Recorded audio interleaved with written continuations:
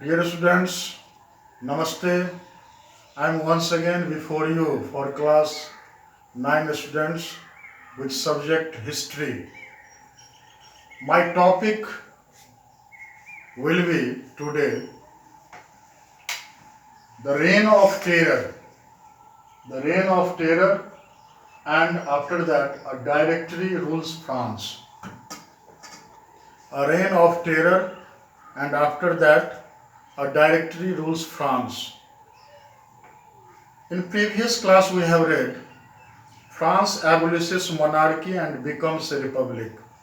उसमें हमने जाना था कि कॉन्स्टिट्यूशन ऑफ 1791 जो less prosperous section of society था उसके लिए उससे माने less prosperous section of society constitution of 1791 से खुश नहीं था, क्योंकि उनके दिमाग में था कि ये सिर्फ किसके इंटरेस्ट की बात करता है, richer section of the society, उसी को फायदा पहुंचाता है। और नतीजा ये हुआ कि पॉलिटिकल क्लब बनने लगा, और उसी पॉलिटिकल क्लब में सबसे जो एक लोकप्रिय जो इम्पोर्टेंट मोस्ट सक्सेसफुल जो क्लब था वह था जैकोबिन क्लब, और उसके जो मेंबर्स थे वह सोसाइटी के लेस प्रॉस्पेरस सेक्शन। हमने उसी क्लास में जाना, उसी लेक्चर में जाना कि अल्टीमेटली फ्रांस में मोनार्की को एबोलिस्ट कर दिया जाता है, और उसके बदले में फ्रांस को रिपब्लिक घोषित कर दिया जाता है। फ्रांस को रिपब्लिक घोषित कर दिया जाता है। लास्ट में हमने जाना कि लुई 16 जो मोनार्क था फ्रांस को, उनको एग्जीक्यूट कर दिया जाता है, और इस तरह से ये जो पावर है वह शिफ्ट कर गया मोनार्की से, कॉन्स्टिट्यूशनल मोनार्की से अब किसके हाथ में, जैकोबिन क्लब, जैकोबिन गवर्नमेंट जिसको रिवोल्यूशनरी गवर्नमेंट कहा गया, उसके हाथ में। और उसके जो लीडर था मैक्सिमिलियन रॉबेस्पियर, अब उसके हाथ में वह पावर कंसंट्रेट कर गया। मैक्सिमिलियन रॉबेस्पियर का जो पीरियड रहा वह रहा 1793 टू 1794, 1793 टू 1794, और इस पीरियड को कहा जाता है द रेन ऑफ टेरर। इस पीरियड को कहा जाता है द रेन ऑफ टेरर, आतंक का राज। ऐसा क्या कर दिया उसने कि इस पीरियड को आतंक का राज कहा जाता है। Actually Maximilien Robespierre followed a policy of severe control and punishment. वह पॉलिसी कैसा अपनाया, सेवियर कंट्रोल वाला, अत्यधिक नियंत्रण वाला और सेवियर पनिशमेंट देता था। उसके लिए कहा गया कि यहाँ तक कि उनके जो फॉलोअर्स थे उन्होंने भी मॉडरेशन का डिमांड करने लगा, यानी कि रॉबेस्पियर ने अपने पॉलिसीज को ऐसे रिलेंटलेसली परस्यू किया, ऐसे उसको अपनाया, अपने पॉलिसी को चलाया इस निर्दयतापूर्वक कि उसके जो सपोर्टर थे वह भी त्राही करने लगा, वह भी मॉडरेशन का डिमांड करने लगा।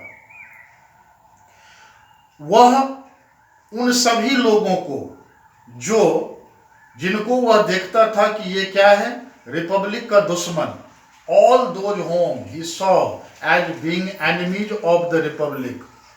उसमें कौन सब था, ex nobles and clergy, members of other political parties, even members of his own party, जो उनके मेथड से एग्री नहीं करता था, उनके मेथड से एग्री नहीं करता था, उन सभी को वह दुश्मन समझता था।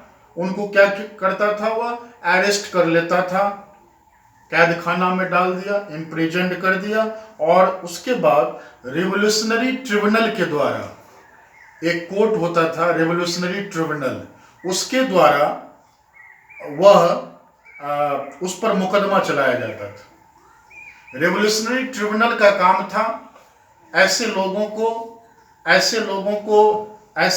के केस को देखना और उस पर मुकदमा चलाना, और यदि कोर्ट उनको गिल्टी फील करता था कि ये गिल्टी है, दोषी है, दे वर गिलोटेन्ड। अब एक नया वर्ड आ रहा है, एक नया टर्म आ रहा है, गिलोटिन। ये गिलोटिन क्या है? Guillotine is a device.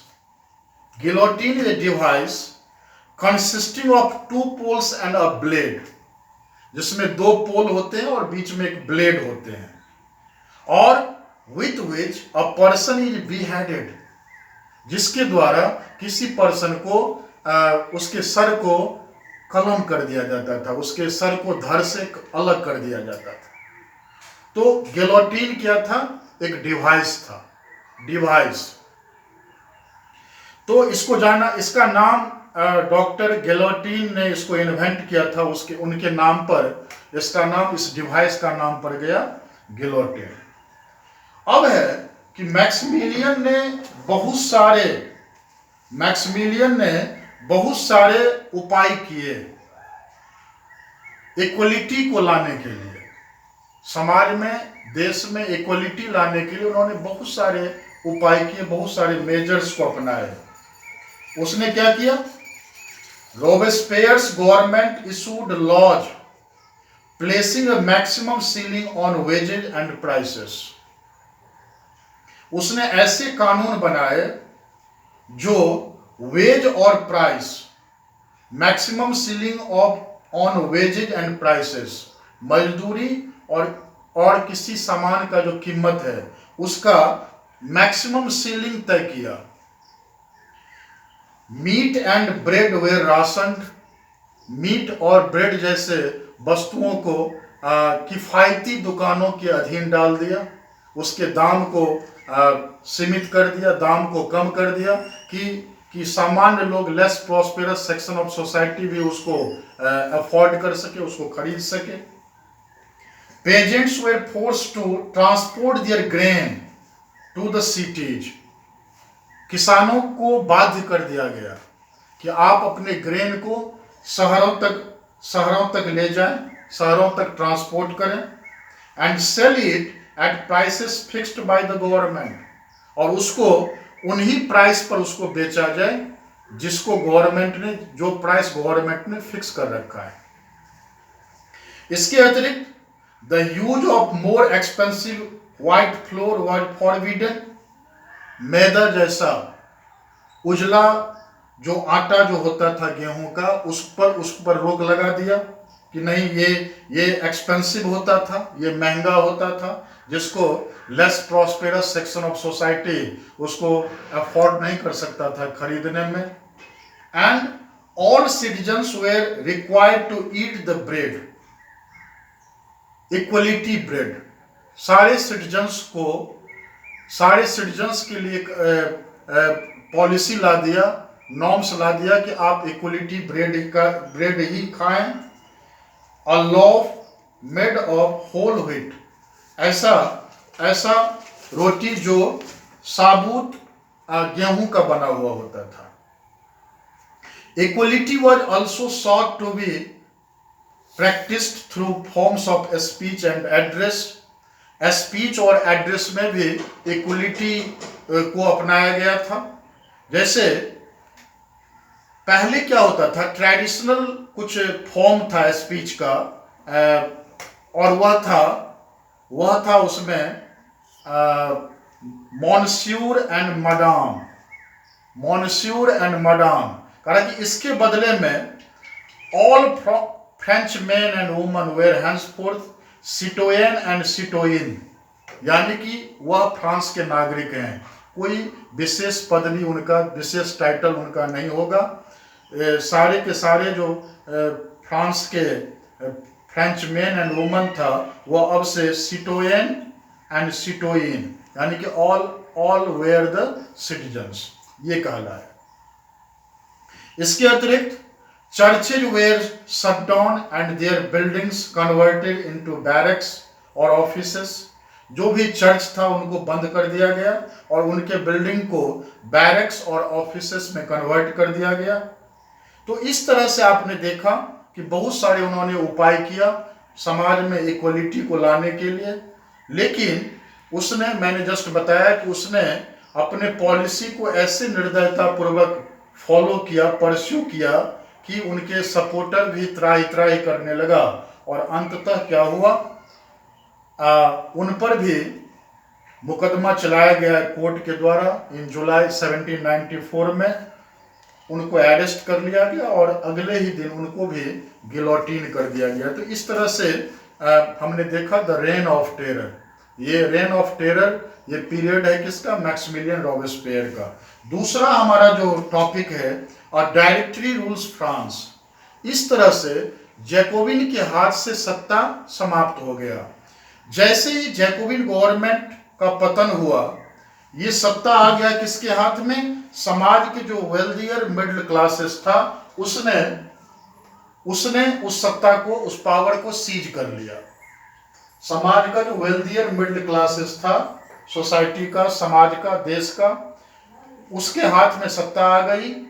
अब क्या हुआ, एक नया कॉन्स्टिट्यूशन इंट्रोड्यूस किया गया और ये कॉन्स्टिट्यूशन ने क्या किया, सबसे पहले आपको याद होगा कि जैकोबिन गवर्नमेंट के दौरान सारे मेल मेंबर्स जिनका उम्र 21 वर्ष या उससे ज़्यादा था, चाहे वह प्रोपर्टाइड हो या नॉन प्रोपर्टाइड हो, सबको ये जो डेमोक्रेटिक राइट था, डेमोक्रेटिक राइट टू वोट, ये मिला हुआ था। लेकिन जैसे ही ये सत्ता समाज के जो मिडिल क्लासेस था, वेल्दियर मिडिल क्लास, उसके हाथ में आया, एक नया कॉन्स्टिट्यूशन बना और नया कॉन्स्टिट्यूशन के तहत क्या हुआ, vote to non propertied section of society, vote to non propertied section of society, उससे उसको वंचित कर दिया गया। समाज में जो विपन्न वर्ग था, जो समृद्धहीन वर्ग था, उसको फिर एक बार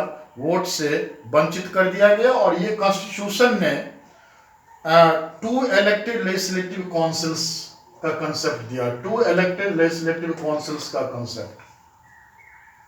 ये इलेक्टिव लेजिस्लेटिव काउंसिल्स ने क्या किया, एक डायरेक्टरी को अपॉइंट किया। ये डायरेक्टरी क्या होता था, an executive made up of 5 members. Directory एक एग्जीक्यूटिव होता था जिसके 5 मेंबर्स होते थे, 5 मेंबर्स होते थे। ऐसा क्यों किया गया, एक डायरेक्टरी को 5 मेंबर के अधीन क्यों कर दिया गया। डायरेक्टरी 5 मेंबर का जो एग्जीक्यूटिव होता था उसको डायरेक्टरी कहा गया। तो उसमें एक मेंबर के हाथ में पावर ना दे करके 5 मेंबर के हाथ में पावर दिया गया। ऐसा क्यों, क्योंकि वह जैकोबिन जैसा हिस्ट्री को नहीं दोहराना चाह रहा था। जैकोबिन के टाइम में जिस तरह से हालात बदले और जैकोबिन अपने इच्छा के अनुसार जो उन्होंने गवर्न करना शुरू किया, तो इसको वह फिर से दोहराना नहीं चाह रहा था। ये उसको एक सेफगार्ड के रूप में अपनाया against the concentration of power in a one man executive as under the Jacobins. इसको वह दोहराना नहीं चाहता था। तो इसके बाद क्या हुआ, डायरेक्टर्स और लेजिस्लेटिव काउंसिल्स के बीच में क्लैश होना शुरू हो गया। डायरेक्टर्स और लेजिस्लेटिव काउंसिल्स के बीच में क्लैश होना शुरू किया और ये लेजिस्लेटिव काउंसिल्स डायरेक्टरी को अक्सर क्या करता था, डिसमिस करता था। अक्सर क्या करता था, डिसमिस करता था, उसको बर्खास्त कर देता था। और नतीजा ये हुआ कि इससे फ्रांस में एक बार फिर पॉलिटिकल इंस्टेबिलिटी पैदा हुई।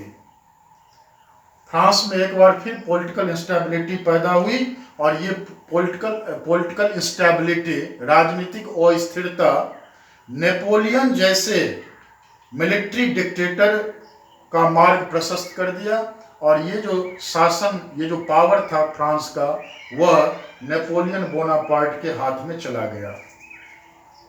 नेपोलियन बोनापार्ट कौन था, उसके बारे में हम अगले क्लास में जानेंगे। आज के लिए इतना ही। कुछ होमवर्क है जिसको आप नोट कर लेंगे। पहला होमवर्क है, Robespierre's rule in France was known as the reign of terror. Justify the statement.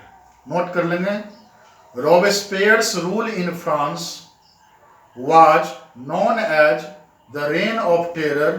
Justify the statement. और दूसरा होमवर्क है आज का, right A note on directory rules France. Right A note on directory rules France. आज के लिए इतना ही, अगले क्लास में हम फिर मिलेंगे। Thank you, thanks a lot.